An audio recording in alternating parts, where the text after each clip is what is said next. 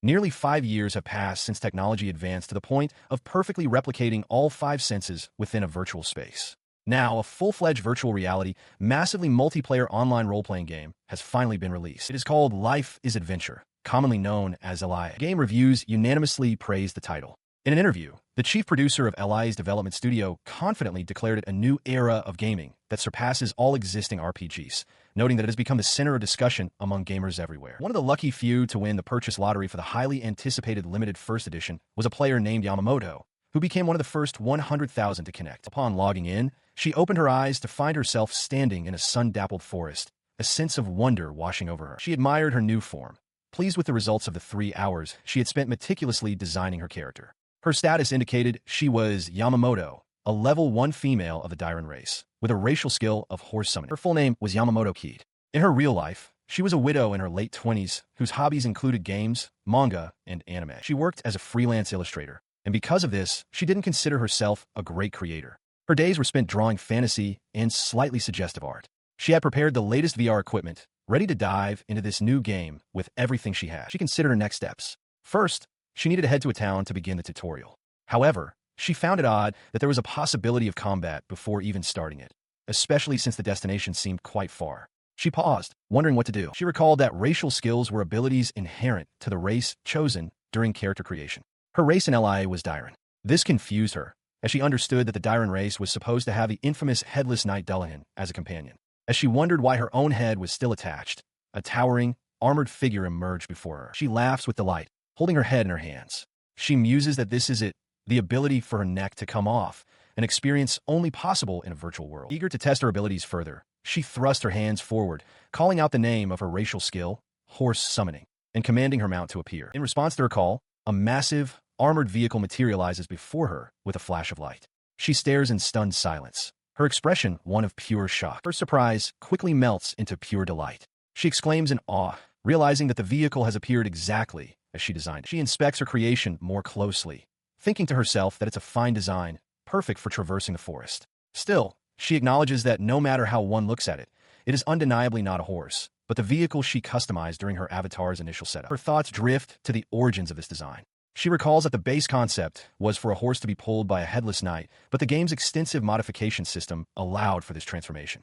This leads her to ponder the Dairon race's role. She theorizes they are a heavy tank class, meant to compensate for the Dullahan's defensive weaknesses. She then examines the specifics of the horse summoning skill. It costs 100 MP and grants the ability Declaration of Death. To end the summoning, she must use this ability on a target and defeat them. Failure to do so within 24 hours results in instant death. She considers this a difficult skill, but then realizes it also means she has a free vehicle for 24 hours, so long as she doesn't declare a target. A sly look crosses her face as she considers the skill's potential. She realizes that if the Declaration of Death can be used on any weak monster, the skill is actually incredibly convenient. This leads her to suspect that the Dairon race might be a surprisingly powerful choice after all. Filled with newfound confidence, she pumps her fist in the air. She announces her departure for the city of Zaketh, declaring the official start of her grand adventure. As she celebrates, however, a sudden realization seems to strike her. Her triumphant moment is cut short by a system notification. A message materializes before her. Character setup is incomplete. Please configure your unique skill. She suddenly remembers that this was a step she had yet to complete. She considered the nature of a unique skill, an ability possessed by only one individual in the entire world. Realizing that it was best to acquire a good one quickly, she wondered if she should have made her choice sooner. Putting the thought aside, she faced the randomized selection screen. Deciding not to overthink it, she decisively pressed the stop button on the rapidly scrolling list of skills. The selection landed on a single option: unique skill, balance. She stared at the result, completely bewildered, questioning what such a skill could possibly be. She read the skill's simple description: balance is achieved in all things. This wasn't like the typical swordsmanship or magic skill she expected. She was left wondering what its true function was. After a moment, she decided it was a good outcome. Considering her own poor motor skills, she reasoned that a skill named balance would surely provide assistance in many different situations. With her character setup finally complete, she refocused on her journey. Announcing that it was time to depart, she acknowledged that she had wasted enough time and needed to hurry. The heavy wheels of her armored vehicle began to turn, churning the earth as it lurched forward into the dense forest. As the vehicle moved smoothly through a clearing, startling a small deer, she expressed her delight at how comfortable the ride was. Seated in the driver's seat, she felt secure, remarking that the vehicle's interior was like a safe zone. With this level of protection, she thought she might just make it to the city without incident. Her optimism faded as she encountered a problem. The vehicle was too large, getting obstructed by the trees and preventing a direct path toward her destination. She looked on with concern, realizing she couldn't just drive straight ahead. She had been driving through the dense, eerily realistic forest for about 30 minutes, a growing sense of boredom creeping in. She mused that it was time to see a fantasy-like town, or at least for some kind of stimulating event to occur. Her wish was granted with a sudden, violent jolt and the screech of tires. The vehicle lurched to a halt as she cried out in surprise, realizing she had just run something over. Cautiously, she peered out from the vehicle's cover. On the ground lay a dazed creature with green feathered wings. She squinted, tried to identify it. A lizard? No, perhaps a dragon? The creature snapped back to life, furiously shouting that it was still alive.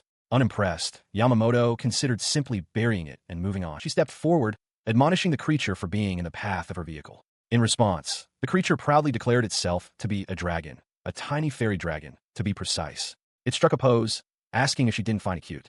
Yamamoto quietly conceded that it was. The dragon then asked if she was a player, introducing itself as Tatsu, a Demon Tribe player. Yamamoto's eyes widened in realization. This was the first player she had encountered, and she found the meeting to be a pleasant surprise. Tatsu then asked for her name. She replied that she was Yamamoto, a Dairahan, though she appeared human. The dragon repeated the name, Dairahan, causing Yamamoto to jolt in surprise at the directness of the exchange. She became flustered, her heart pounding. It had never occurred to her that she would be identified as a Demon Tribe player by another of her kind. Tatsu, too, seemed shyly taken aback by the revelation. Composing himself, Tatsu remarked that Dairahan was quite an interesting race. Yamamoto smiled warmly, replying that it couldn't possibly compare to being a fairy dragon. Tatsu declared that as fellow members of the Demon Tribe, they should travel together. He affectionately called her Yamachan, and, noting he was also headed for town, proposed they make the journey in her vehicle. She listened as Tatsu explained that just traveling together was different from being in a formal party. He suggested she give him a nickname to make him easier to call, so he could be attached to her. Yamamoto considered this, acknowledging that some player names were indeed difficult to pronounce. The dragon then turned his attention to her large vehicle, remarking on how much effort she must have put into customizing it, and noted her avatar as well.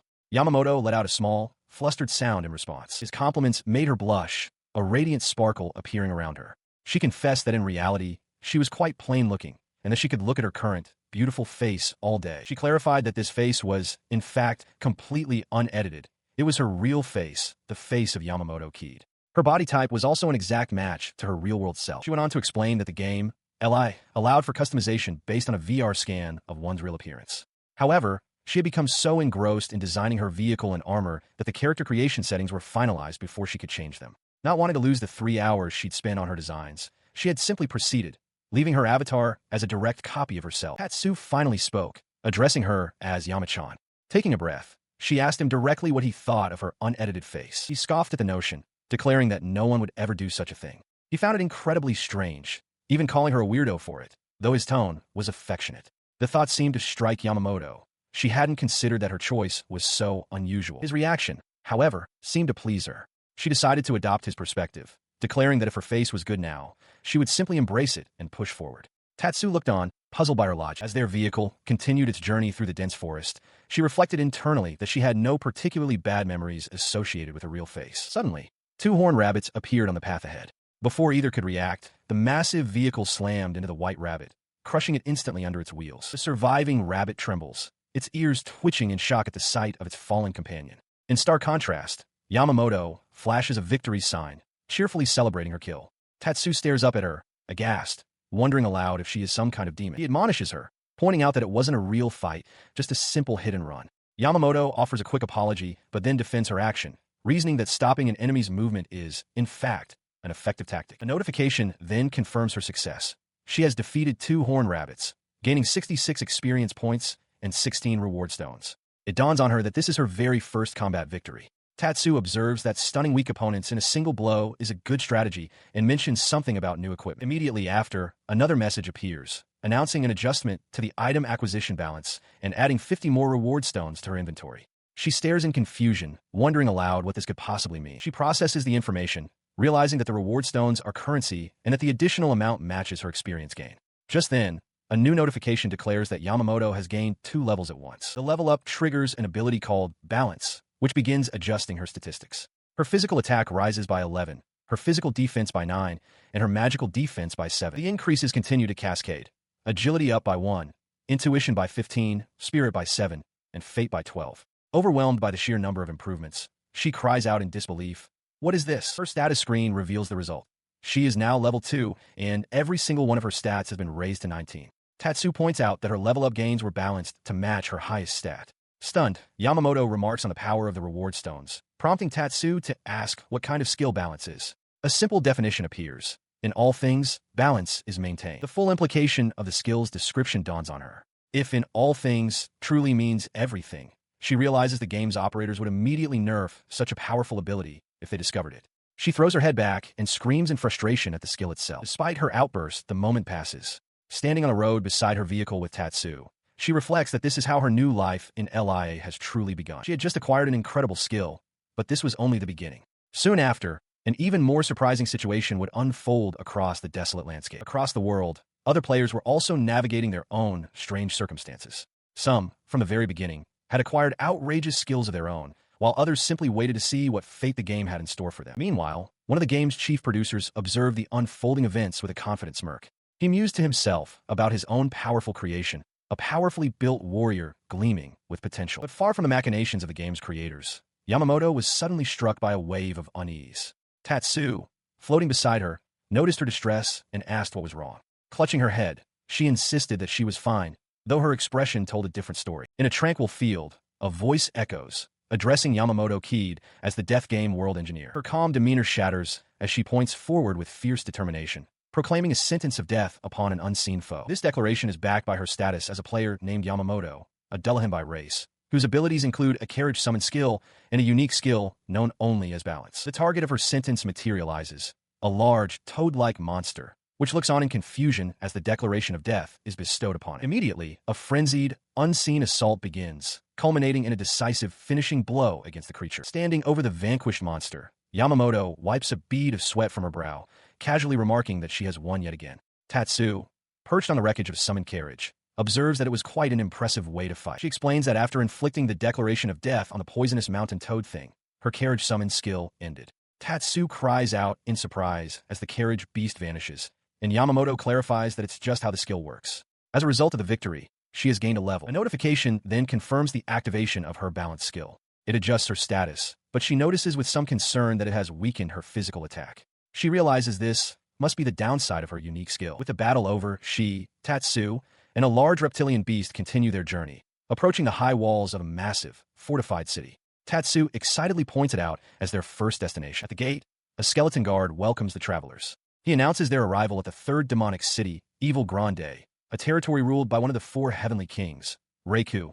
Within the walls, the bustling streets are filled with demonic figures. Within the bustling streets of Evil Grande, the large, cloaked figure of Dullahan addresses the carriage beast, instructing it to remain calm and not cause any commotion. The creature grunts in understanding as various demonic citizens go about their day. As they proceed, Yamamoto gazes around in wide-eyed wonder. She tells Tatsu that it's incredible, feeling as if she's truly been transported to another world, one far more real than any VR game. When Tatsu asks what she's been doing, she sheepishly admits to taking screenshots of the scenery. Nearby, 2 of the city's demonic residents chat amongst themselves. One comments to the other how the people in this world feel so natural, unlike the typical non-player characters of a game. She continues to absorb the sights and sounds of the city, her expression one of pure delight. Her reverie is abruptly broken by a system notification. She has been targeted by an appraisal skill.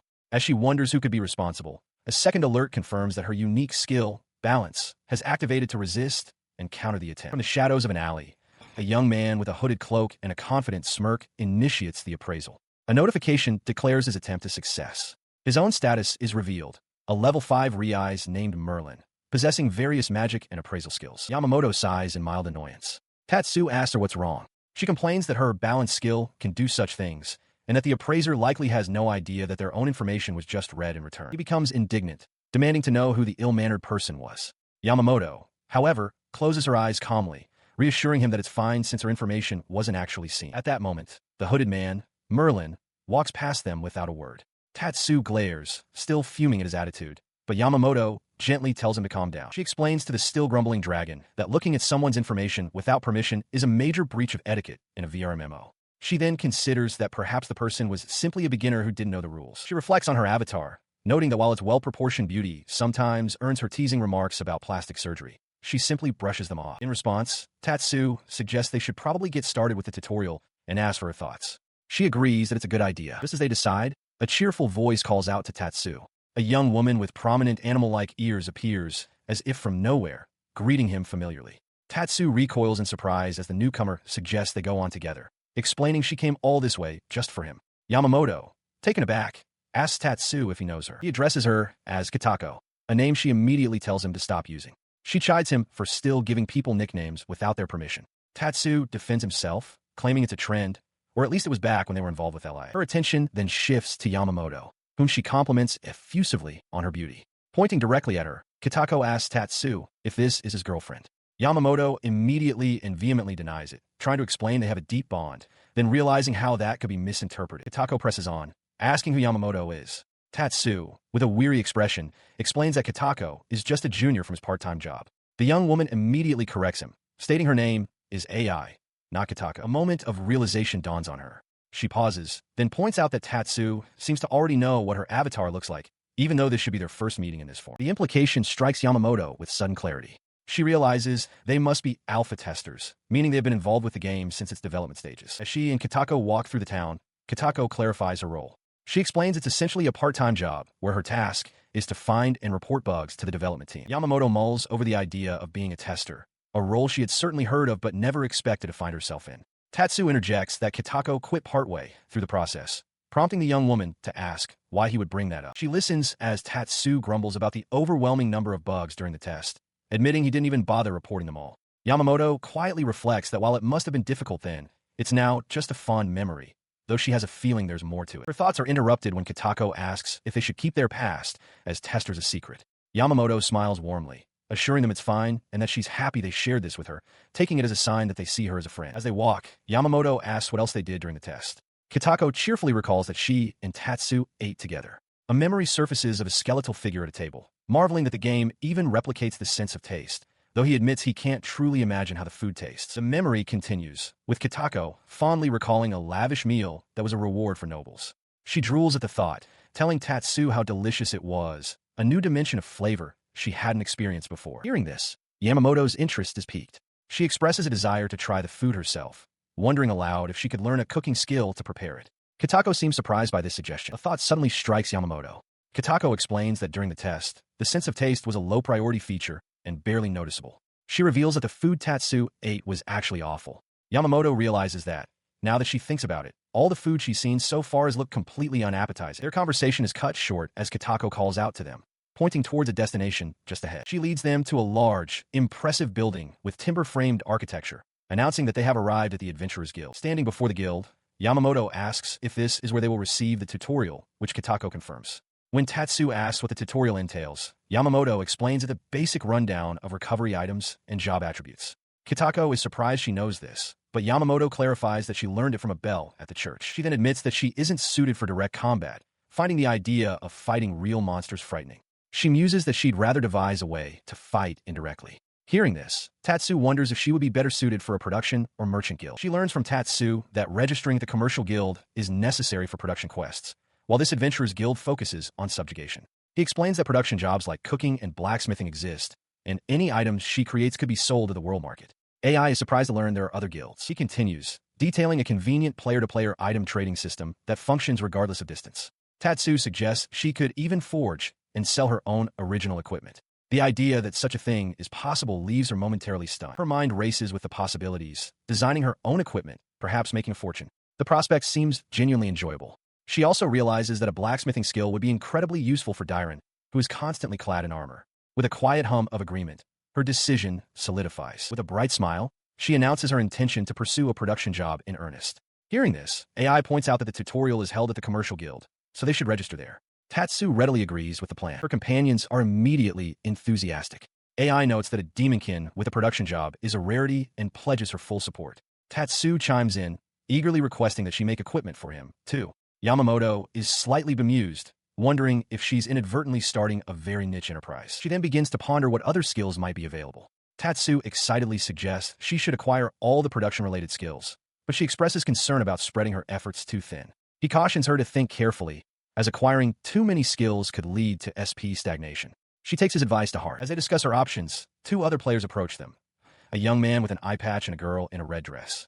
The man asks if they're also players and whether they have completed the tutorial. Tatsu confirms their status, while Yamamoto silently observes the newcomers. Suddenly, a dark presence materializes. A young woman in a gothic dress stands nearby, her expression unreadable. Before Yamamoto can fully process the intrusion, a projectile of dark energy erupts from the ground, striking the man with the eye patch. A strange sense of familiarity washes over Yamamoto. The shock of the sudden assault rips a cry from her throat. On the cobblestones lies the man with the eye patch, Merlin, now motionless. She stares in disbelief at the boy who had been speaking to them just moments before. Looming over his fallen form, the woman in the gothic dress speaks with cold disdain. She declares that using the appraisal skill on another without permission is a grave breach of etiquette, and scoffs that he couldn't even defend himself against such a rudimentary trap. A towering woman with prominent horns and leathery wings appears, her presence commanding immediate attention. Dressed in a peculiar combination of a formal jacket and a leotard, she scoffs at the very idea of an adventurer being suitable for a task. Below, Yamamoto stares up, her mouth agape in utter astonishment. She is completely captivated, wondering to herself who this woman with such an incredible style could possibly be, and if this is what it truly means to be an adventurer. Yamamoto recognizes the imposing, horned woman standing before her. The woman, with arms crossed and a severe expression, confirms she was the one who guided Yamamoto through the tutorial. She senses a premonition in the air, wondering if this is a new adventurer. She then introduces herself as Ririka, declaring her intent to shatter the game's balance. Her identity clicks into place for Yamamoto. She recalls that Ririka is a B-rank adventurer, known as a drill sergeant for relentlessly drilling the basics into children. Confused by this sudden appearance, Yamamoto wonders aloud if some kind of event or tutorial has just begun. Ririka snaps at her to stop dawdling and follow. She issues a stern warning. During her lecture, she will punish anyone who talks back or displays poor manners. As Yamamoto nervously complies, Tatsu explains to her that in LI, events are generated in real time, and an event flag was likely triggered when they all gathered. Yamamoto understands. Seated with her companions, Yamamoto reflects that while Instructor Ririka is certainly strict, the lecture itself is proceeding quite smoothly and is easy to understand. Ririka begins her explanation of special points, or SP. She clarifies that these are points a player can use to strengthen their status or acquire skills. As an example, she notes that 1 SP can be consumed to raise physical attack by 2 points. Furthermore, SP can also be gained as a bonus each time 1 levels up. She continues, emphasizing that these points are valuable and should not be spent recklessly without careful consideration. With that point made, she announces that the next topic of her lecture will be skills. Ririka's lecture reveals that skills can be obtained by means other than spending SP, such as by fulfilling specific conditions. For instance, reading a magic book for a set amount of time can grant a magic skill. Yamamoto quickly deduces that it's more efficient to acquire frequently used skills through these methods, and then use SP to level them up. Tatsu confirms her thinking. The lesson then shifts to elemental attributes. Each type of magic has a tendency. Fire excels at wide area attacks, ice at defense, wind at support, and earth at tactical battlefield control. Light magic is rich with healing spells, essential for healers, while dark magic specializes in obstruction and debilitating effects. Ririka concludes that the most important strategy is to narrow down which magic to acquire based on one's intended role. A buffer, for example, might focus on just 2 types like water and wind. However, she adds with a knowing look, if one has the ambition, it is entirely possible to acquire skills from all systems. She continued her explanation, clarifying that this principle applies to all skills, not just magic. While it might seem straightforward, she cautioned that becoming a versatile, all-powerful player is not a simple task for a novice, as it demands significant time and resources. Yamamoto quietly absorbed this, nodding in agreement. With the lecture concluded, she announced it was time for the practical skills demonstration. She led the party into a spacious training ground located in the guild's basement. A flicker of apprehension crossed Yamamoto's face as she realized the next phase of their instruction was about to begin. Yamamoto voiced her uncertainty, questioning the instructor about the necessity of a practical exam for someone with a production-focused role. Ririka affirmed that it was mandatory for all, as per the rules. She reassured the young adventurer, however, promising to adjust the difficulty for each participant so they could proceed without worry. With that, she declared the test had begun. The instructor offered an incentive. If they demonstrated impressive skills, they could even qualify as D-rank adventurers. This caught Yamamoto by surprise, who questioned the rank, recalling that new guild members typically start at E rank. The woman with animal ears, Kitako, eagerly stepped forward, a wide grin on her face. She called out to Tatsu, telling him to watch closely. Ririka stood ready, calmly instructing the girl to attack whenever she was prepared. With a flourish, Kitako announced she would be the first to demonstrate her abilities. She declared with a dramatic pose that she would immediately reveal her unique skill. The announcement startled Yamamoto, who hadn't realized her companion possessed such an ability. With a shout, she unleashed the ability, discordant sound. A large, shimmering ring materialized in the air before her. vibrating with an unseen force.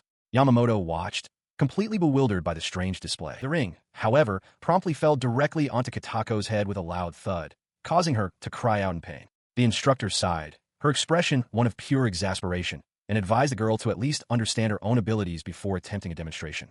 Without another word, she called for the next person to step up. Yamamoto was left speechless, wondering what she had just witnessed. She questioned how creating a ring in midair could be a unique skill. A system description for discordant sound clarified its function, the ability to generate phenomena that correspond to the sound produced by the user's voice. Nearby, Katako nursed the lump on her head, complaining to Tatsu that the skill was too difficult to control. After Katako's failed attempt, Tatsu took his turn. He launched into the air, his flight nimble and acrobatic. From his aerial position, he began to unleash a barrage of fireballs. His unique skill, Magic King, was revealed. It completely eliminates the cooldown time for all magic. This allowed him to attack in a continuous, overwhelming stream, a fact the instructor noted with interest as the small dragon announced his assault. His relentless assault, however, was instantly reversed the moment instructor Rurika took to the air with her wings. From her new vantage point, she observed that he had already established a solid fighting style. With more refinement, she mused, he could surely reach the upper echelons. Satisfied with his performance,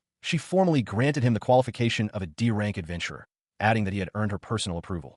Katako cheered from the sidelines, exclaiming how cool Tatsu was. With his assessment complete, Rurika's attention turned to the next pair. However, the team of two was defeated in an instant. Now, she announced, it was time for the final participant. All eyes fell upon Yamamoto.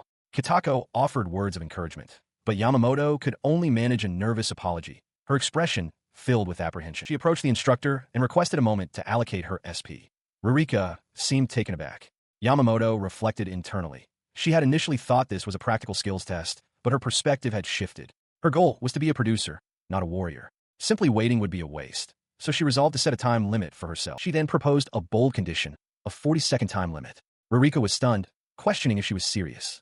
Yamamoto confirmed her decision, privately comparing the situation to a special condition for an NPC encounter. When pressed by the instructor, she simply stated that she needed to acquire skills regardless. With her plan in mind, she began to allocate her points. First, she acquired Fire Magic Level 1 to attack from distance. Then, thinking of both offense and utility, she also acquired Smithing and Appraisal, intending to use them to restrain her opponent while fighting. Her focus on skills made her forget a crucial step. She still needed to allocate her status points. As she began to panic, Rurika calmly reminded her that only 20 seconds remained. Flustered, Yamamoto decided to quickly put 5 points into Magic Attack with only 10 seconds left on the clock. In her haste, she navigated the status menu. A prompt appeared, asking if she wanted to allocate all her remaining SP to Magic Attack. Before she could properly process it, her finger slipped, confirming the choice. She had just spent all of her points on a single stat. She recoils in panic, shouting in disbelief. She questions why the interface would reverse the yes and no options, a critical design flaw that has led to her current predicament. The consequence of her mistake flashes before her. Allocate all SP to Magic Attack. She wonders who could have possibly created such a user interface, but a more pressing thought takes over. As her mind races, Instructor Rurika announces coldly that with 0 SP remaining, the battle begins.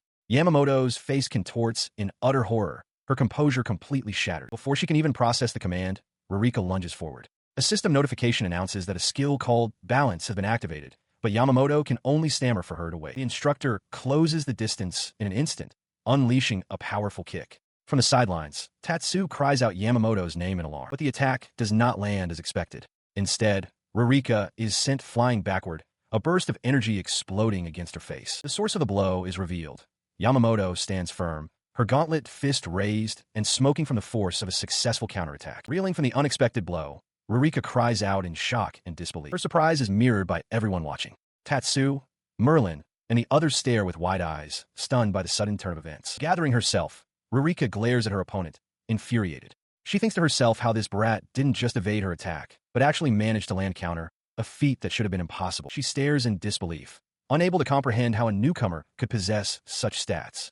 Yamamoto, her face obscured, seems equally bewildered by what has just happened. Her confusion turns to outrage. She screams in frustration, realizing the balance skill has meddled with her stats, adjusting her skill balance against her will. The system confirms the changes. In accordance with her new elemental magic skills, fire, water, wind, earth, light, and dark, she has been granted the title the Sage, along with 5 bonus skill points. She has also acquired the skills of appraisal, storage, smithing, and alchemy. All her stats have been raised by 62 points, and the bonus SP has been automatically allocated to her magic attack. She reviews her updated status. Her race is now listed as Dullahan, Fairy, and her stats have skyrocketed. Her unique skill, Balance, is now listed alongside a host of new common skills, from elemental magic to crafting abilities. Despite the massive power boost, she laments that her own sense of balance feels completely off. Her body trembles, struggling to adjust. While her abilities have clearly improved, allowing her to perceive the instructor's movements, her own senses feel alien and uncoordinated. She realizes that landing that first blow was nothing short of a miracle. As she processes this, Instructor Rurika closes the distance. Yamamoto looks up, a hopeful glimmer in her eyes, and addresses her instructor. The instructor questions if Yamamoto truly gambled everything on that single counterattack. She notes that while she only felt a minor threat from the blow, it implies Yamamoto's stats must have risen considerably. Flustered, Yamamoto struggles to find the words to explain. Suddenly, Rurika's expression brightens. She grabs Yamamoto's hands and declares that she has passed, officially recognizing her as a D-rank adventurer. Yamamoto is stunned by the sudden approval. The instructor adds that for someone with her potential, even D-rank is just the beginning. From a distance, Yamamoto reaffirms her true goal, to become a producer. Elsewhere, a secure connection is initiated as a password is entered. The connection is established in a private, sound-only oracle room. A voice inquires if it is time to use a particular account. Within a darkened room, several glowing displays indicate audio-only connections. An unseen voice expresses a rush of excitement, their heart pounding in anticipation as a command prompt to enter glows ominously. As a figure enters, the tense conversation continues. One participant asks if the others truly grasp the gravity of the situation, warning that this is no laughing matter. Another retorts that they've come this far precisely for this moment and cannot back out now. The newcomer, a man in a suit and glasses, is asked if he is prepared. He confirms that he is, apologizing to the others for the delay. He stands before the audio monitors, arms spread wide with a chilling smile. With an air of finality, he announces, "Let's begin the death game." The declaration hangs in the air, met by the utterly shocked face of Yamamoto Keed, who stands beside a gleefully smiling Instructor Rurika. Inside the dragon's light sleep-in, Yamamoto sits on her bed, still clad in her armor. With a weary yawn, she acknowledges that the end of her first day is drawing near. She recalled the day's events. After finishing the tutorial at the Adventurers Guild, she had politely declined Instructor Rurika's enthusiastic invitation for more training. She had decided to log out for the day and informed Tatsu of her plans to leave. Just as they were parting ways, she remembered Tatsu sending her a friend request. She had thought it was a good idea, as they seemed to be on the same wavelength. A system prompt appeared, asking for her confirmation. Her gauntlet finger tapped the screen, accepting the request. Tatsu's name appeared on her friend list, his status marked as online. Returning to the present, she smiled faintly. Making a friend on the first day was a fine accomplishment. Still, she couldn't shake the feeling that there were some balance issues and unsettling things about this game.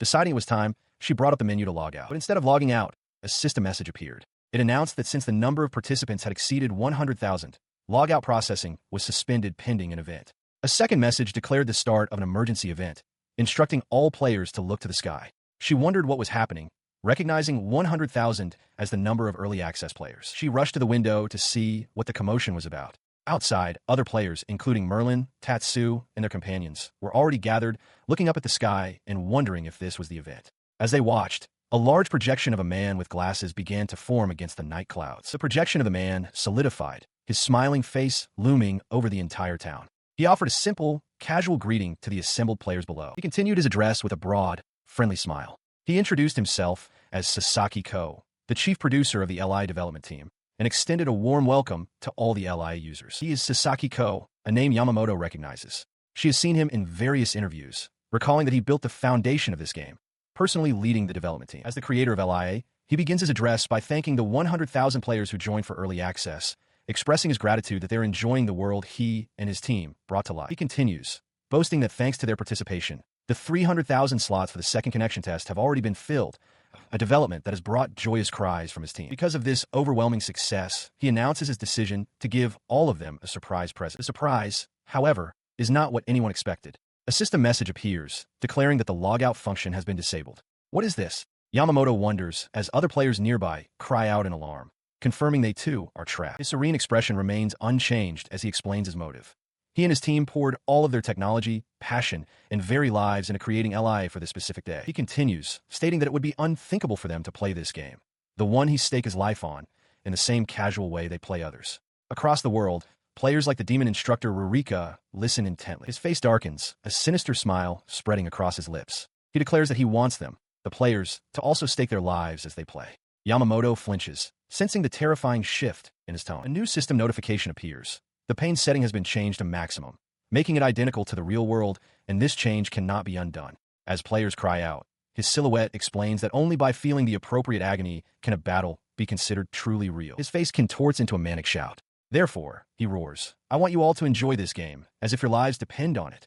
Below, Yamamoto can only stare, utterly dumbfounded by the producer's madness. She answers an incoming call, her expression serious. On the screen is the small dragon, Tatsu. As she listens, the voice of the game's creator, Sasaki Ko, explains that the police have already been notified of the event. He assures the players that their physical bodies will be transported to hospitals or hotels, so there is no need to worry about dying from starvation in the real world. He continues, clarifying that while the VR gear cannot be forcibly removed, it is because the LIA system connects to a much deeper part of the brain than typical games to provide its supreme experience. If that connection were to be severed, he warns, their physical safety could not be guaranteed. Sasaki then mentions a rumor he'd heard about an accident during the system's early development phase, where a person was left in a vegetative state. The image of a comatose patient wearing a headset flashes through Yamamoto's mind. He presses the point, asking if she truly believes death in the game isn't real. He confirms their worst fear. If a player dies here, they die for good. The realization hits Yamamoto with full force. This is a death game. Elsewhere, other players react to the announcement. A large, pig-like man observes that at least they aren't being told to kill each other, though he acknowledges that everyone must be panicking. Sasaki's voice returns, filled with a zealous passion. He declares that he staked his life on creating this game precisely so players could forge true friendship, courage, and trust, qualities he believes can only be achieved with one's life on the line. He sincerely hopes they can attain this. He concludes by wishing them well and promising that their bodies will be released once the game is cleared. Until then, he says, they should enjoy LIA to the fullest. With a smile, he ends a transmission. As his message fades, a strange phenomenon begins. Across the city, countless white, pixelated squares rise from the buildings and float up into the night sky. Yamamoto stands in silence for a moment, processing everything. She remarks that if they're struggling, the children trapped in the game must be having an even harder time. She turns to Tatsu and asks the crucial question. What is the objective to clear this game? She muses that the freedom of life is adventure is a grand illusion. While one could simply defeat the Demon Lord as a goal, she feels with certainty that there must be a true, separate condition for clearing the game. Sitting on her bed, she turns to Tatsu and poses a question. If everyone were to go and subjugate the Demon Lord, wouldn't the players in the Adventurers Guild still get share of the reward? Her thoughts drift to the others she met. She considers continuing as an adventurer for the time being, recalling Kitako and the others she completed the tutorial with. Her expression softens with an idea. In such a worrying situation, she thinks it might be best to invite them to travel together until things settle down. The call ends. Tatsu, from his perch, warns her not to let her guard down. He agrees to go along with her plan, but urges Yamachan to be careful. Exhausted, she collapses face first onto the bed with a heavy sigh, the weight of the situation finally settling in. She sits up at a desk, reflecting on all that has happened. She laments the time she wasted fooling around with her avatar and horse, and how the unique skill she so carefully selected turned out to be a complete failure. Her mind drifts back to meeting Tatsu and Kitako's group, and to the tutorial she undertook at the Adventurers Guild. Back in the present, she lies in bed, overwhelmed. She never imagined that the last day of the beta test would become the first day of a rampaging death game. She rolls over, deciding there's no use worrying about things she can't change. It's better to think about what she can do for tomorrow. Still, a lingering thought remains. She lay awake, pondering the game's administration. To select skills with such little regard for balance. It was a death game, certainly, but were they even sane? The thought echoed as morning light touched the rooftops of the town. The absurdity of it all settled in. To think she'd actually have to spend the night inside the game, still clad in her heavy armor, was almost too much to accept. But then, a sliver of hope emerged. Perhaps the evening's events hadn't been fully resolved. Maybe it was all just a joke. If she just opened the door, she might find everyone enjoying the game as they always had. With a bright, hopeful smile, she reached for the handle. Her hope was instantly shattered. The door swung open to reveal utter chaos as a man with a wolfish companion roared in panic, demanding to know what was happening to the adventurers and questioning why he was being told to die. Overwhelmed by the pandemonium, she instinctively slammed the door shut, her mind reeling from the sudden, undeniable confirmation of her new reality. She stood outside for a moment, collecting her thoughts. Inside, the group was clearly panicking, though one of them noted that at least Tatsu was all right. Still, she was unsure what to do next. Then, a realization dawned. This was simply a forced, long-term vacation. Yesterday's problems were solved, so she might as well just play the game. Deciding that someone would figure things out eventually, she cheerfully resolved to head to the Merchants Guild. Behind her, her companions watched, bewildered by her sudden bright demeanor and wondering how she could possibly endure this situation. Yamamoto Keed arrives before a large, timber-framed building, identifying it as the Commerce Guild, distinct from the Adventurers Guild. Shielding her eyes from the sun, she takes in the sight before stepping towards the entrance, announcing her intent to enter. The interior is a spacious, tavern-like hall. A long wooden bar stands against one wall, lined with bottles and barrels, while a large board for notices hangs nearby. The room is quiet, with empty tables and stools scattered about. As she steps further inside, a massive, scaled tail slithers across the floor into her path. A voice from beyond welcomes her, asking if she's a customer. The owner of the tail reveals herself to be a lamia with long, light hair and a monocle. She warmly welcomes the armored girl and introduces herself as Mirai, the master of this guild. Yamamoto is momentarily stunned, realizing this is another mythical being, much like instructor Rurika. Her gaze drifts downwards, and a single, startling thought crosses her mind. The guild master's bust is even larger than her own. Pushing the thought aside, she formally introduces herself as Yamamoto. She explains that she has come to register with the Commerce Guild, and Mirai acknowledges the newcomer. Mirai clarifies that skills related to production and trade are necessary for registration. She notes that compounding and alchemy were acquired by someone named Balance, but she can still perform an appraisal. Yamamoto confirms that she possesses both of those skills. A glint flashes from Mirai's monocle. Yamamoto feels a strange sensation as a notification appears in her vision. An appraisal was performed, and she did not resist. Immediately, another message follows, stating that Balance has activated to reappraise the appraisal. Utterly confused, Yamamoto wonders what is happening. Mirai gasps, shocked by the successful appraisal. Her appraisal monocle, an item that can assess a designated target, had activated on its own. Flustered, she worries her surprise was too obvious, but Yamamoto simply asks the guild master to come with her. The lamia leads her into a well-stocked room. Mirai explains that this is the compounding room, which contains all the necessary equipment for making medicine. She was presented with a small vial. The guild master, Mirai, explained that this was a beginner potion, the very item she needed to create. Yamamoto recognized it as a foundational item for the compounding skill. She examined the potion's beautiful color. Mirai elaborated on the task. Yamamoto was to create 10 potions of the same quality, matching the sample's hue, as this was a good benchmark for the market. Success would grant her guild membership. The task was formally issued as a quest with a reward of 500 silver, making Yamamoto feel as though she was embarking on her very first official job. She consulted a book on the subject, learning that the process for a beginner potion was not particularly difficult. The required materials were simple: medicinal herbs, water, and an empty bottle. Following the instructions, she began the process. First, she ground the medicinal herbs in a mortar. Then, she mixed the powder with water and heated the concoction. Finally, she carefully poured the finished liquid into a bottle. Her initial attempts, she reflected, failed to match the quality of the sample. However, through trial and error, her technique stabilized, allowing her to produce potions consistently. The whole process felt strangely like a science experiment. Having produced 10 potions with 7 successful results, she wondered if she could complete the task. Just then, a notification flared in her mind. Her balance skill had activated. The sudden intervention left her stunned. She cried out in shock as the potions on the table began to glow brightly. Another message followed. The quality of all the beginner potions had been equalized. She could only stare, bewildered by the phenomenon. Presenting the finished potions to Mirai, she watched as the guild master inspected them. Mirai was impressed, remarking on the perfectly uniform quality and the speed at which they were made. As Yamamoto laughed nervously, Mirai stated that it was time to explain the balance skill and formally accepted her as a member of the Commerce Guild. Overjoyed, Yamamoto offered her thanks. Mirai then began to explain the guild's ranking system. A guild card would be issued, its material corresponding to the member's rank. The lowest rank was associated with iron, progressing through copper, silver, gold, mithril, and adamantite for the higher tiers. She added that while a special S rank existed above all others, no current member had achieved it. She continued, detailing how a member could increase their rank. The primary methods were completing guild requests and selling items through affiliated shops. The guild would assess these contributions, and a portion of the profits would be paid as a levy, leading to a rank increase. Yamamoto confirmed that the process made sense to her. She's informed by Mirai that as her rank increases, she will gain access to the reference room upstairs, where she can view higher-level recipes. The mention of an elixir recipe catches her by surprise. Mirai continues, encouraging her to rank up quickly and handing over the reward for the earlier request, marking their first official transaction as a guild member. Yamamoto expresses her gratitude. Upon completing the transaction, a series of notifications flood her awareness. She has fulfilled Mirai's request, obtained a Sage's Stone, and her balance skill has activated, adjusting the rewards. She gains a total of 1,000 experience points, causing her to level up twice. The sudden surge leaves her bewildered, recognizing this as another intervention by her balance skill, just like when it adjusted her experience from defeating a monster. She processes this new information, realizing a fundamental difference from the game she knew.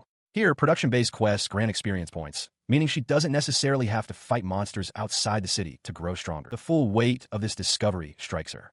With the power of her balance skill, she can increase her level without ever needing to venture beyond the city walls. A wave of elation washes over her. She clasps her hands together, her eyes sparkling with hope as she realizes her balance skill might just be her savior in this world. Elsewhere, the LI chief producer reflects that this application of the skill was never intended by the developers. Yamamoto, however, dismisses this, thinking that since the developers promised this wasn't a death game, they shouldn't mind her exploiting this loophole. She even considers asking them to just cancel the whole scenario. Watching her, Mireille internally remarks on how absurdly powerful the balance skill is, resolving that it must be kept secret. She finds Yamamoto's quiet mumbling peculiar, yet charming. Over the next 2 weeks, she establishes a routine. She diligently accepts copper and silver-ranked requests from the Commerce Guild, purchasing all necessary materials from local shops. This safe, repetitive cycle of crafting and trading allows her to reach D rank and level 11. As she leaves her room one morning, ready for another day's work, a nagging feeling suggests she might be forgetting something important. The source of the commotion is a powerfully built craftsman with horns who bellows in frustration, demanding to know why he desperately needs something called hellfire grass. Mireille attempts to placate the man, urging him to lower his voice within the guild hall. Spotting Yamamoto, she remarks on her timely arrival. The craftsman turns his intense gaze on the newcomer, asking who she is. Slightly taken aback, Yamamoto turns to Mireille for an explanation. She listened as the guild master introduced the horn craftsman. He was Gaga, a BB rank blacksmith and a specialist in a skill called forging. The term felt familiar to Yamamoto, though she couldn't immediately place why. Then, the memory struck her with the force of a physical blow. Forging, she realized with a start. That was the craft she had originally set out to learn. Her face flushed with embarrassment. She had become so engrossed in compounding and alchemy that she had completely forgotten her initial goal. From across the counter, Mireille noted that the much-anticipated newcomer had finally arrived. Gaga grinned, acknowledging that Mireille had clearly set this meeting up. A bad feeling began to creep over Yamamoto. She decided to ask directly about their previous conversation, specifically about the hellfire grass. He explained that hellfire grass was an item imbued with the properties of fire. It was essential for creating a particular item he needed, but the alchemical process was so difficult that the grass had all but vanished from the market. Yamamoto asked what this item was. Her expression shifted to a bright smile. She cheerfully announced that she possessed the very hellfire grass he was looking for. Gaga stared, utterly shocked. His shock erupted into frantic urgency. He grabbed her by the shoulders, shaking her as he demanded to know if she had made it herself, and insisted she hand it over immediately. She yelped for him to calm down before her head came off. Annoyed, she pushed back, stating that she would give it to him, but on one condition. She explained that the C-rank recipe she'd acquired seemed to be a flag for a specific request. Gaga looked at her, perplexed by her sudden composure. With a confident, beaming smile, she made her proposal directly to him. In exchange for the material, she wanted him to teach her forging. The blacksmith was stunned into silence. Mireille watched the exchange with silent approval. She thought it was a brilliant idea for Yamamoto to learn forging, not only to pursue her original goal, but also to avoid the monotony of focusing on a single craft. Stepping in, Mireille assured the still hesitant Gaga that she could personally vouch for Yamamoto's abilities. Her offer was met with a click of the tongue from Gaga. Mireille, however, smiled with satisfaction. She considered that perhaps this girl could show the blacksmith something he had been unable to see on his own. She then turned to Yamamoto, cheerfully announcing that Gaga had agreed to take her on as an apprentice. Stunned, Yamamoto questioned the arrangement, but Mireille simply told her to prepare for the following day. Gaga's voice cut in, instructing her to be at the town's east gate by morning, as he would guide her from there. As she tried to process this, Mireille added a crucial detail. Gaga's workshop was located deep within the forest outside of town. The guild master warned her to be well prepared, as it was a dangerous place. The words outside of town echoed in Yamamoto's mind, her face paling as she pictured the monstrous creatures that surely lurked there. At the east gate of Evil Grande, the craftsman Gaga stands before a large, modern-looking vehicle. Having finally reached the outskirts of the city, he calls out to someone named Yamamoto. In response to his call, Yamamoto Kid appears atop the armored vehicle, waving cheerfully. She apologizes for the wait, leaving Gaga completely bewildered by the sight. She explains with a bright smile that she came by carriage, a statement that only deepens Gaga's confusion as he stares up at the imposing machine. Striking a confident pose, she proudly announces that the vehicle is her own custom design. She adds that after much preparation, she is perfectly ready, having just reset her stats for the death game. Gaga, still trying to process, questions if it's truly a carriage and asks what she's been listening to. She then reviews her status, confirming her name, Yamamoto, her race as a Dullahan Fairy, and her level as 11. All her stats are high, but her SP is at 0. With a worried expression, she admits that it's terrifying to have used all her points on stats. She explains to Gaga that no matter how high her stats are, the possibility of death is never 0, because it's a death game. She does mention, however, that her skill levels in cooking and smithing have increased thanks to her balanced skill, which she finds very helpful this time around. His patience worn thin, Gaga suddenly shouts at her, demanding to know what she's doing just standing there and telling her to get in the vehicle. His outburst catches her completely off guard, and she lets out a startled yell. The scene shifts to the Adventurers Guild. 2 weeks have now passed since the start of the death game. Inside, Tatsu sits at a table, observing that while things were chaotic at first, most players now seem to have settled into the city, taking on quests to earn money. Nearby, a young girl in a red dress eats and agrees, noting that quite a few people seem to be managing. Elsewhere in the guild, the man with the eye patch speaks to the woman in the gothic dress. He expresses his gratitude, saying that if Tatsu and I hadn't been around, he might have gotten lost. He adds that it was a huge help that the two of them joined his party. Inside the Adventurers Guild, AI informs Tatsu that she plans to spend some time earning money and experience points. She then asks if the group known as the Heroes is already quite far ahead, but Tatsu seems unfamiliar with the name. Her conversation is cut short as her large frog-like mount suddenly lets out a loud, guttural gasp. Startled, she exclaims its name, Kitako, and wonders what is wrong with its breath. She continues her explanation to Tatsu, clarifying that the Heroes are a capture group aiming to clear this death game. As an example, she brings up the formidable Axel the Berserker, expressing her amazement that such players exist. She goes on to list other prominent figures, such as Kiroheim from the group Eika, and Ace Matrai from the programmer collective known as Succeed. Her list concludes with Sarah of Sokenki and a man named Tsunakin. AI remarks that these must be their player names, finding the name Tsunakin particularly amusing. Taking a sip from mug, she wonders aloud just how powerful these top-ranked players truly are. She notes that since even powerful monsters can appear on the leaderboards, judging strength by name alone is difficult. Tatsu, having listened to this breakdown of player strategies, finally snaps. He questions why simply raising all stats isn't the strongest build and why so many different approaches must be considered. Overwhelmed, he shouts that this is precisely why he hates games, grabbing AI's head in frustration as she cries out. Tatsu fumes, exclaiming that he has to see for himself this person with such ridiculously high stats. Meanwhile, in a forest clearing, Yamamoto Kid comes to a stop. Before her, a small, white-horned rabbit twitches its nose, oblivious. She holds a small, glowing charm between her fingers, preparing to act. She unleashes her power, invoking a level 3 fire magic spell. A swirling vortex of flame materializes beside her, ready to be launched. The spell, a fire strike, hurtles through the air, streaking directly towards the startled horned rabbit. It connects in a powerful explosion, obliterating the target. Yamamoto stands watching the aftermath, her skirt fluttering from the force of the blast. Her display of overwhelming force leaves the horned craftsman, Gaga, completely stunned as he watches her from below. She proudly explains her new strategy, the Yamamoto RTA battle tactic. The plan is to spot a monster, attack it with long-range magic from the safety of the moving vehicle, and achieve a complete and total victory. She declares it's the fastest method and expresses her satisfaction with having learned magic. She continues her explanation, noting that as her own level increased, the vehicle's performance also improved. Its mobility is now enhanced, allowing for simple remote operation. With a bit of determination, she believes she could even break straight through the forest. With the demonstration over, she suggests they proceed, calling out to Gaga. He looks up, acknowledging her. Later, inside a workshop, she sits across from the craftsman and gets straight to the point. She asks him why his workshop is located so deep within the forest, noting that there are plenty of craftsmen in town. It's a simple question, she says, but her gaze is intense. She continues her line of questioning, stating that she dislikes being pigeonholed into the role of a shield. She explains her belief that since monsters fight with their own bodies, it's better to rely on ordinary weapons as simple tools. With that, she asks him what he meant by his reason, Tiran. He counters her point, suggesting that against some monsters, a weapon that could practically sprout hands would be necessary. He then turns the question back to her, asking what she thinks about such a concept. His words conjure an image in her mind, a magic sword, a legendary weapon imbued with immense power. The realization dawns on her as she whispers its name. She looks at him with wide eyes, asking if he, Gaga, is a blacksmith capable of forging a magic sword. He simply smiles, his expression full of quiet confidence. He shatters her expectation with a blunt denial, stating he cannot.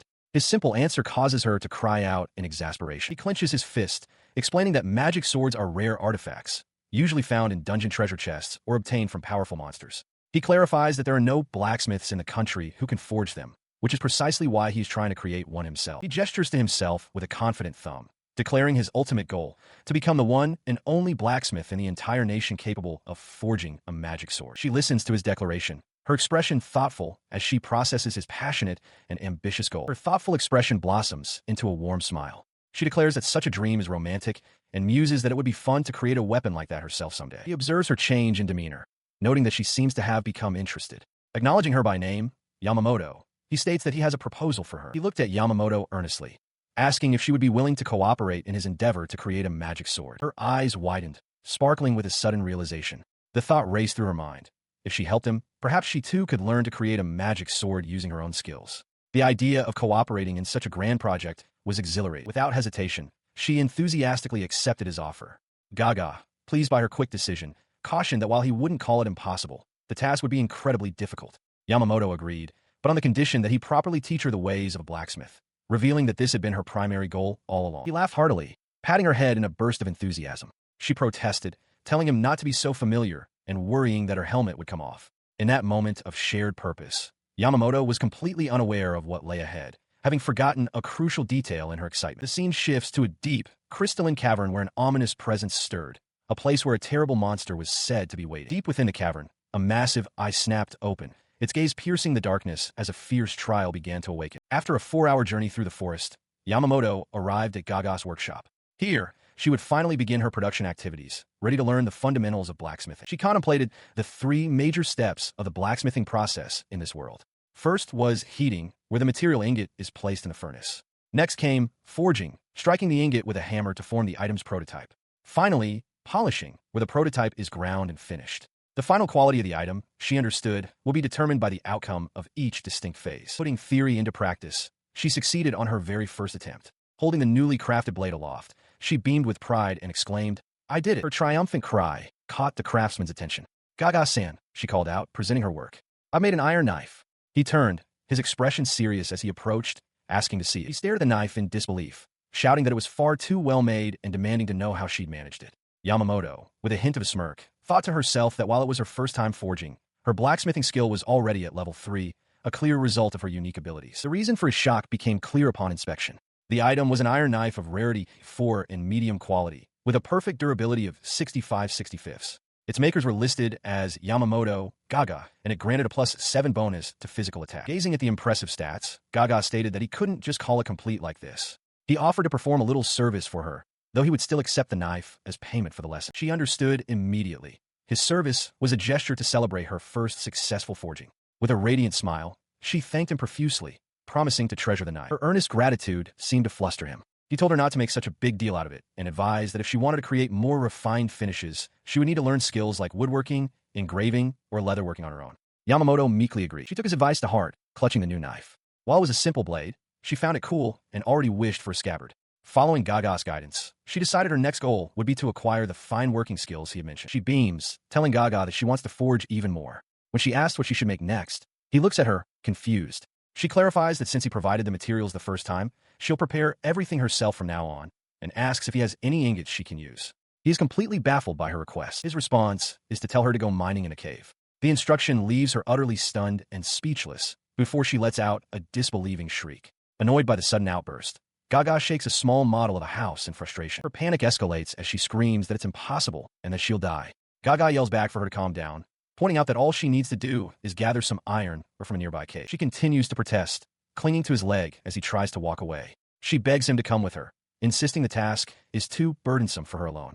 He shouts for her to let go, declaring that he's busy with his own work. He stops and points at her sternly, explaining that the nearby crystal cave is a dungeon filled with nothing but weak, slug-like monsters. He insists that she is more than capable of handling it alone and tells her to get going, even offering to lend her tools. Muttering under her breath that he's a heartless demon, she finally agrees. He orders her not to return until she has the ore. Having accepted her task, she arrives at the mouth of the cave. She lets out a weary sigh, admitting to herself that even though Gaga said she'd be fine, she's still scared to enter a cave alone, unsure of what lies within. She cautiously steps inside, noticing an immediate change in the atmosphere. She reflects that while she could easily escape an attack in a wide-open forest, the narrow confines of a cave present a much greater challenge. Venturing deeper, she peers around a large rock formation. Her eyes widen in astonishment at the sight before her. The source of her wonder is a vast, glittering cavern filled with enormous, luminous crystals. A message confirms her discovery. She has found a new location, the Crystal Cave. She stood in stunned silence, her eyes wide as she took in the breathtaking vista of the Crystal Cave. Light refracted from countless crystalline formations, bathing the cavern in a soft, ethereal glow. "Beautiful," she whispered, captivated by the sight. Remembering her purpose, she equipped the pickaxe Gaga had provided. A system notification appeared, identifying the tool as a skilled Tsuruhashi, and confirming that simply equipping it granted her the mining skill at level 1. She smiled, realizing that with this, she too could become a miner. Her eyes fell upon a glowing spot on a nearby rock, a clear mining point. With a swift strike of the pickaxe, a chunk of iron ore broke away with surprising ease. She held the material in her hand, marveling at how simple the process was. A surge of ambition filled her. She wondered aloud how much ore she would need for ingots, but quickly decided it didn't matter. She would simply keep mining until she had enough.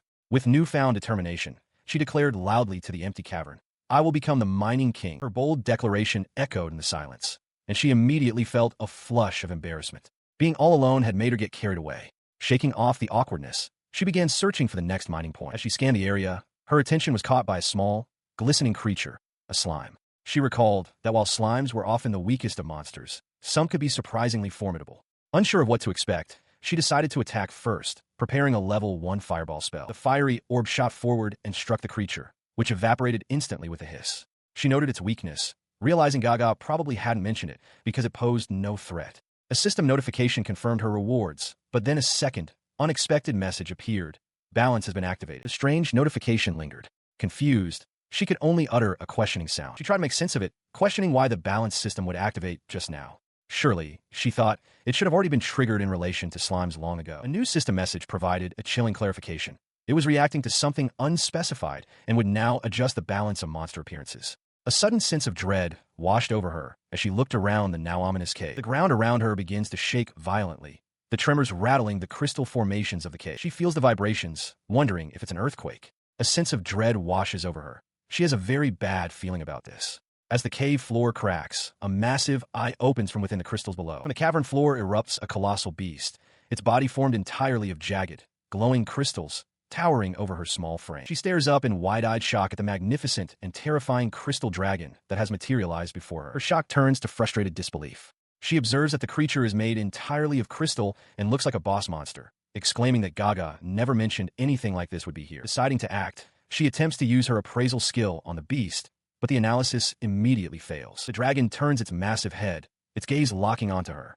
She realizes with a jolt that it has targeted her. The crystals along its spine begin to pulse with an ominous light. She watches as the light intensifies, gathering in the creature's gaping maw. With a silent roar, the crystal dragon unleashes a blinding beam of energy. She throws her hands up, screaming in terror as the blast hurtles towards her. Elsewhere, Gaga sits peacefully at his workbench. Yamamoto's furious voice echoes, accusing him of lying. She screams that he told her it was a dungeon for small fry, calling him a liar. At the commercial guild, the demon instructor Rurika arrives to see Mireille. Mireille welcomes her, remarking that it's a rare occasion for her to visit. Rurika confirms she has finished dealing with the newcomer she had mentioned. She then spots Yamamoto keyed. Rurika explains that she'd been trying to recruit Yamamoto for the Adventurers Guild, but hadn't seen her lately, so it was strange to run into her here. Noticing Yamamoto's weary expression, Rurika asks if she is alright, but Yamamoto simply apologizes, stating she is busy. Mireille interjects, suggesting that Yamamoto could take on one of their guild's requests. Rurika is surprised, questioning the offer since the town is short on people and should be accepting requests from outside.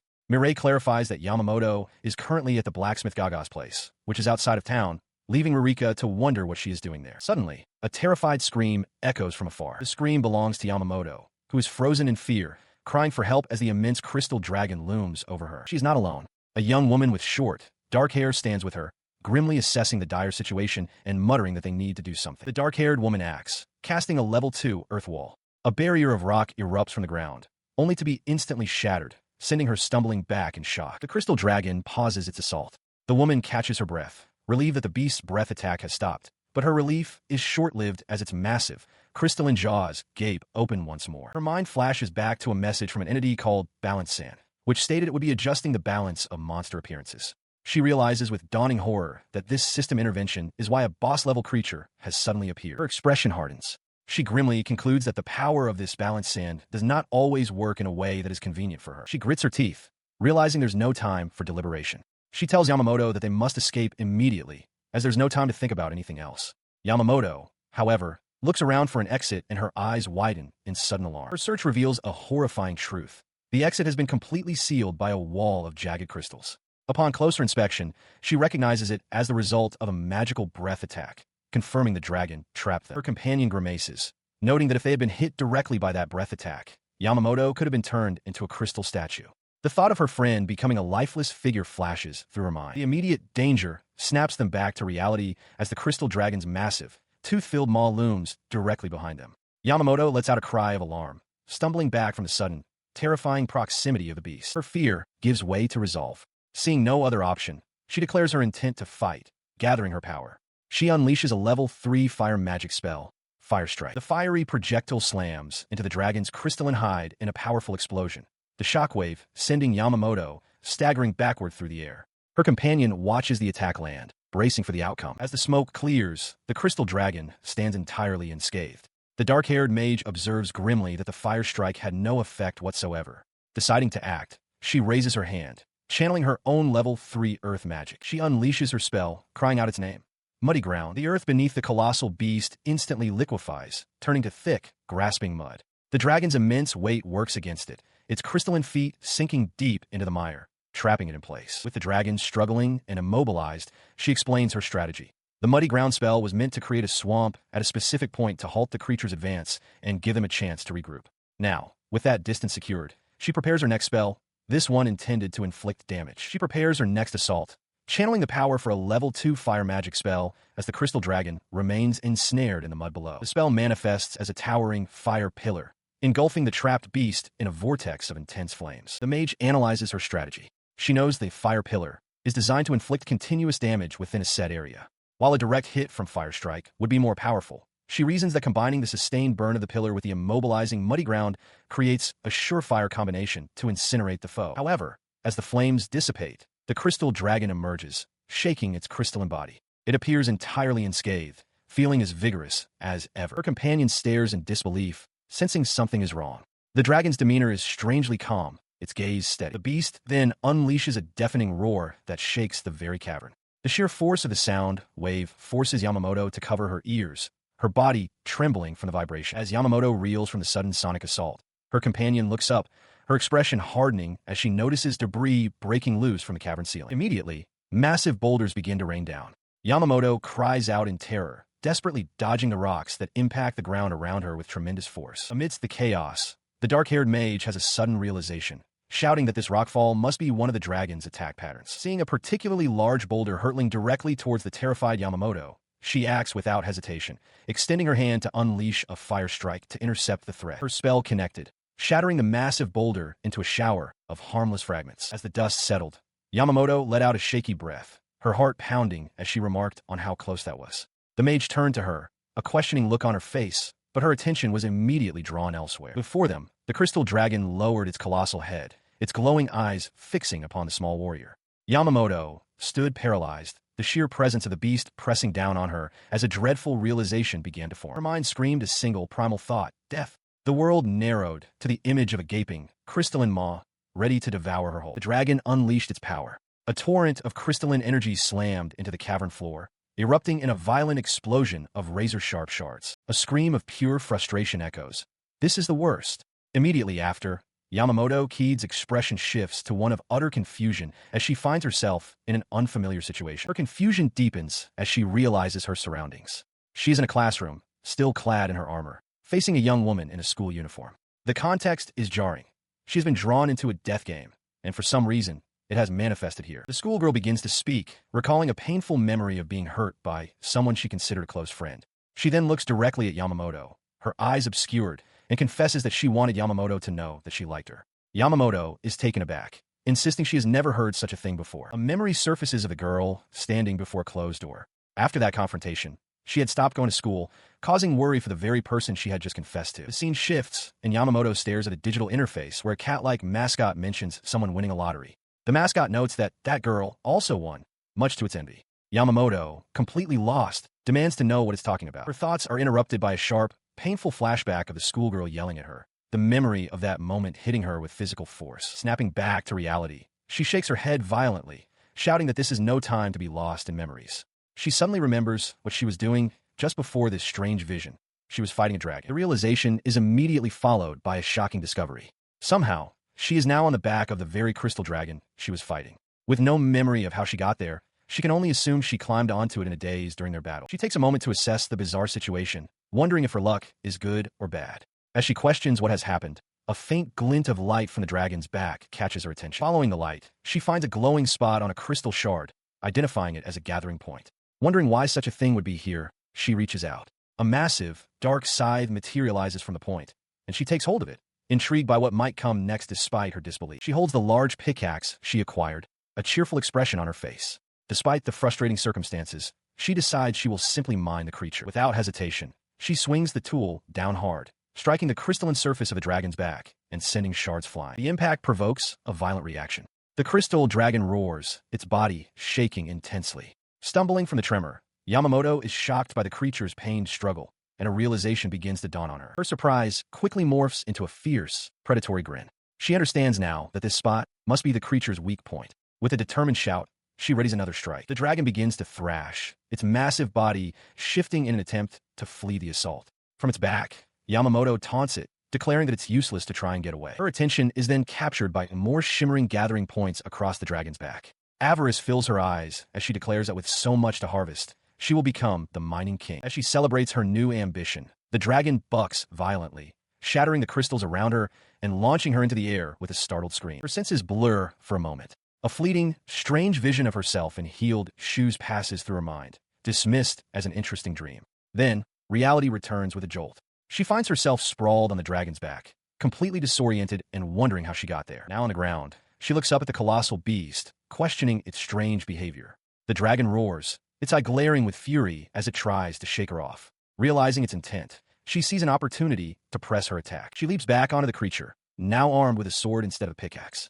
As she charges toward the dragon's head, she notes the immense height, steeling herself for the difficult strike. She brought her blade down with all her might, executing a great cleave directly onto the crystal dragon's head. The blow staggered the beast, its crystalline form trembling.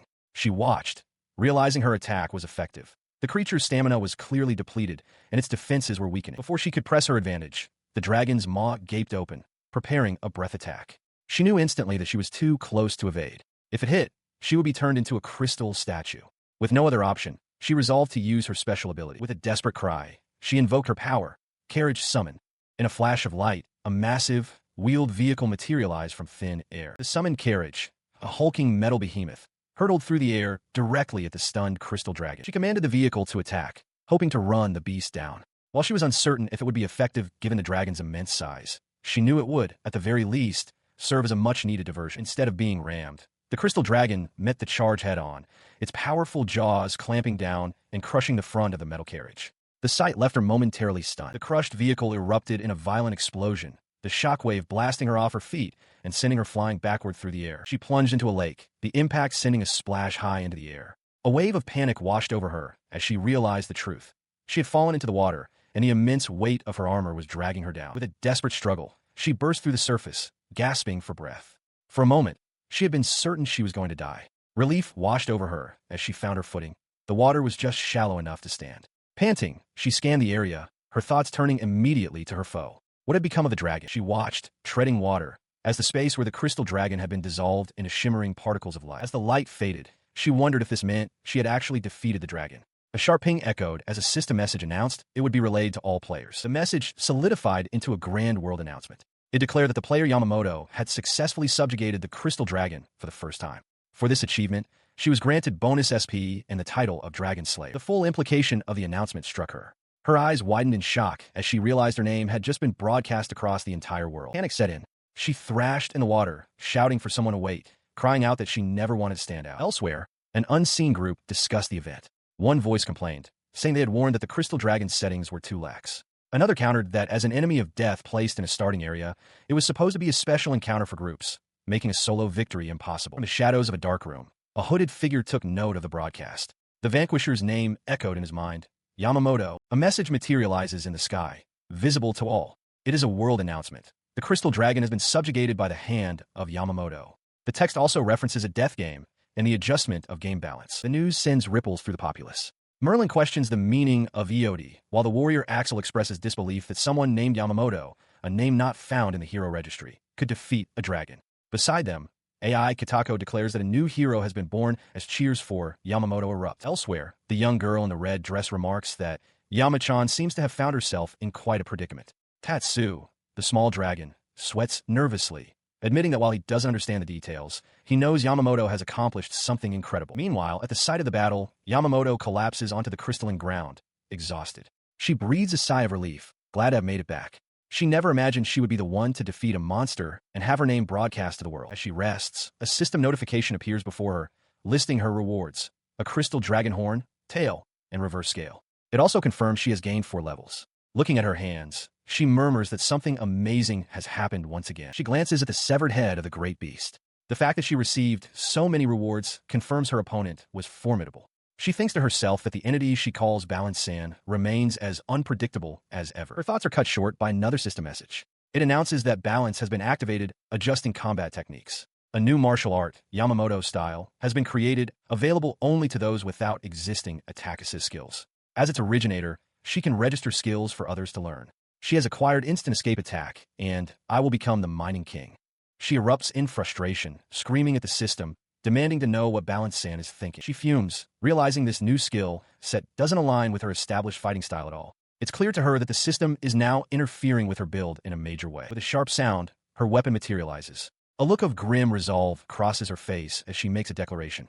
I will become the mining king. Her determination wavers as she reads the skill's description. I will become the mining king requires a mining tool and expends all available mining points in her field of view for a single action. She slumps, shouting in frustration that the skill is bizarre. She realizes this so-called combat skill is just a way to gather iron ore, which was her original, mundane goal. She sits across from the craftsman, Gaga, explaining that her recent endeavor was a significant ordeal. He listens intently, acknowledging that a creature like the one she fought was rumored to be in that cave. His expression suddenly shifts to one of deep remorse. He slams his head onto the table, shouting an apology and taking full responsibility for sending her into such a dangerous situation alone. He begs for her forgiveness. Flustered, she tells him to stop, insisting it's fine since he couldn't have known. She reassures him that she managed to acquire many dropped items from the dragon, presenting one as proof. He stares in disbelief at the large, glowing crystal she holds. She identifies it as a water crystal, a mineral harvested from creatures that consume magic-infused ore. His eyes widen, and he immediately asks if she would sell it to him. She pauses, examining the crystal more closely, feeling the condensed magic emanating from it. She realizes it could be a prime material for forging a magic sword. Her thought is met with a determined grin from the craftsman, who declares that it is certainly worth a try. She looks up, surprised by his sudden eagerness. He asks how much she would part with her stock for, noting that she must have a lot in her inventory from the dragon's back. She considers that while she could sell it, she has another idea. She proposes an alternative to money. She wants a magic sword. If the crystal can be used to forge one, she would consider that a far better payment. After a moment of surprise, he smiles and agrees to her terms. His agreement comes with a bold promise. He will forge her a sword worthy of being called a national treasure. Her face lights up with joy as she formally requests his aid. The project to create the magic sword has officially begun. The process, however, was not straightforward. Because the material was unknown even to a master craftsman like Gaga, he had to experiment with refining methods. He enlisted Yamamoto's help to gather the other necessary components for the trial-and-error creation. While the craftsman worked, Yamamoto decided to use the time to improve her own skills. She found her days more fulfilling than expected, busying herself with training and maintenance. After a long day, she stretched her tired body with a wide yawn, her thoughts already turning to what she might have for dinner. Her contemplation was interrupted by a voice from the direction of the workshop. A woman in a dark military uniform stood near the entrance, asking if anyone was there. Startled, Yamamoto turned abruptly, demanding to know what was happening. The woman's voice cut through the air again, sharp and insistent, telling her to repeat what she had just said. From the doorway, the uniformed woman pressed her point, questioning if Yamamoto was truly refusing to listen to her request. She then stepped forward with an air of supreme confidence, a smirk playing on her lips as she announced that this was a request from Sarasuma, the twin sword princess. The grand introduction left Yamamoto utterly stunned and speechless. Her mind drew a complete blank as she tried to place the name and title. Who was this person?